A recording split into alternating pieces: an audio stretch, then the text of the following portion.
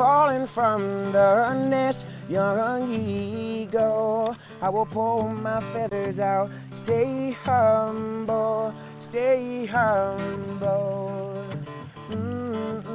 stay humble, oh, stay humble.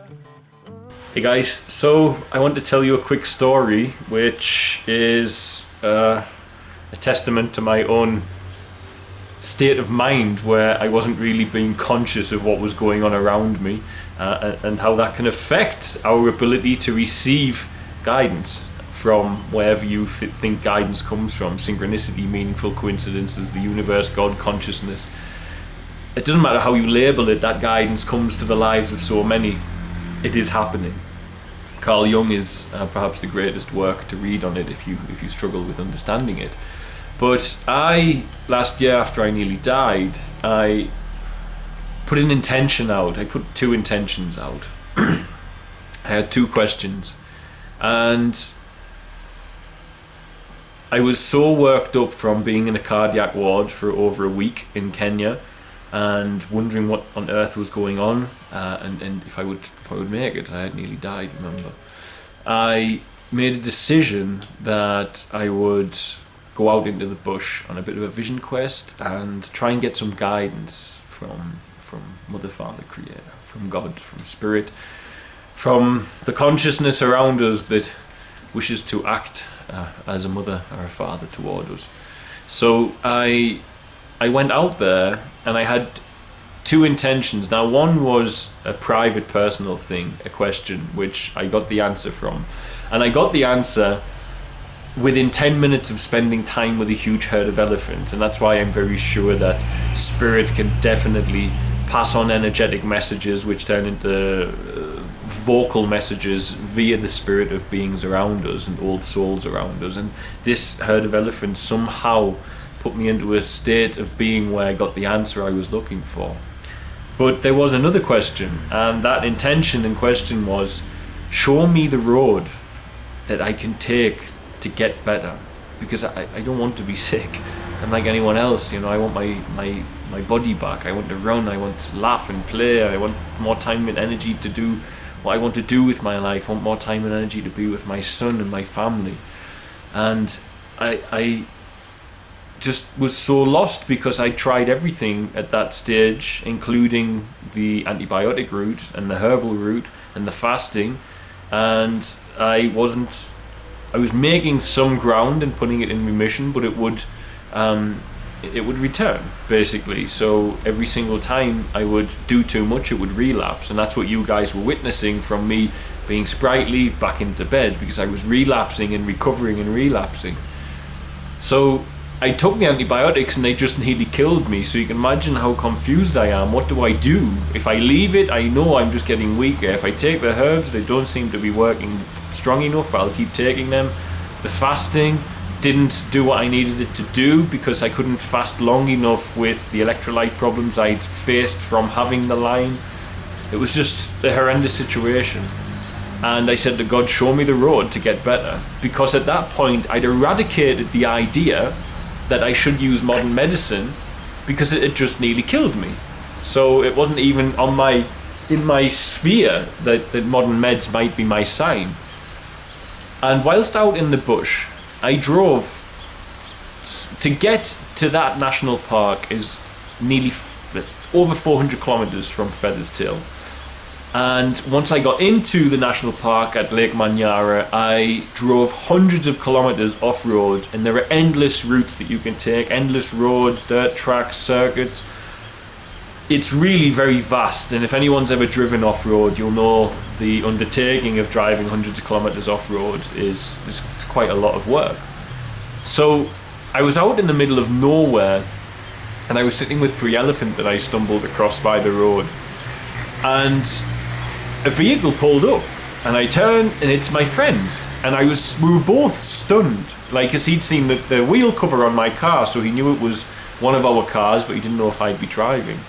And we're both absolutely stunned that in the middle of nowhere in the bush, it's like dropping a pin in a map, taking it out and dropping it again and hoping it goes through the same hole. It's so ridiculous. He lives like 500 kilometers from where we were. I live that far away. He doesn't work out there. He's a full-time doctor, so he was just there with his family. And we got chatting, and I took this event as something quite comforting, because I just come out of the cardiac unit and I was extremely unwell, and I thought, well, this is nice that he's around, because he's a very good doctor, and if anything happens I might be able to call him. And I just left it at that. And even in the beginning of my video, you'll see I met someone I know yesterday, and they'd seen the lions I was looking for, and that's what I was referencing in the video, a solo hunt for a tree climbing lion. I'd met this friend, but I hadn't computed what was going on. So Oliver is a cancer doctor here setting up chemotherapy, and he tried to help me, but with the limited resources and laboratories, etc., he couldn't just diagnose me. He tried and he couldn't. To add something extra to this story, what you don't know, about 7 weeks ago, I was in bed and I couldn't move. I hadn't been able to get out of bed for days, like at all. I couldn't even go outside. I had an urge, like a really strong urge, to upload my blood test results from Lyme disease, from my Lyme results, to show that I've got every strain of Borrelia I was tested for. But I mean, there's nothing mystical about that. All thoughts and decisions appear like a hiccup.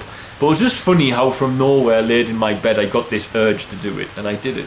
And because of that, Oliver reached out and he said, you know, these days, because I'm starting the chemo here for the first time, I'm putting PICC lines in people for their chemo drugs. And this is the PICC line that goes up to your chest.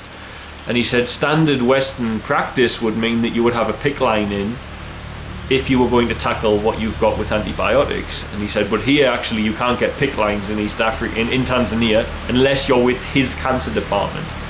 He said, so maybe on the research I've seen, very rainy day here, maybe he's on the research I've seen, I can assist you, he said, with putting a PICC line and doing these medications. And I agreed, because I was so desperate. Fritzy and I really thought I was going to die. I'll be very honest. We thought that a few times this year. Just thought that was it. And since the PICC line, we don't think that. We think there's hope for me to get to turn a corner with this. So I agreed, and Oliver put the PICC line in. And indeed, it seems it is pointing me in the right direction of recovery, because I'm feeling better and better. But the funny thing is, with all of that, of course, is that long ago, when I went to find the tree climbing lions and I held out 2 intentions and I got one answer and I didn't get the other answer, and I figured it's too complex a topic. How can he provide me with a sign and an answer on what I should do to get better? And that's genuinely how I had it in my mind until this week. And it was only somehow, and that's how bad I've come with being aware of the events around me while I'm sick. And that shows me why humans struggle and think that God's not guiding them, or in actual fact they're just not looking. Because that's what I was doing. I wasn't looking. I was so sick. I wasn't being sensible. That I ask for a sign, how do I get better? And in the middle of the bush, impossibly in the realm of the odds of things, just totally impossible event, I bump into a friend of mine who's a doctor, and I don't process that might be my sign, that's the way I'm going to get better. Especially seems I just said that I'm not touching antibiotics, they just nearly killed me. And lo and behold, here I am, over 6 months later, and indeed that very same friend, Oliver, or doctor, who pulled up next to me in the middle of the bush whilst I was holding on to that intention of how do I find my way out of this, is the one who was suggested the PICC line and the one who suggested this treatment and offered to take over looking after me with regards to it. And he was the one who pulled up next to me in the bush.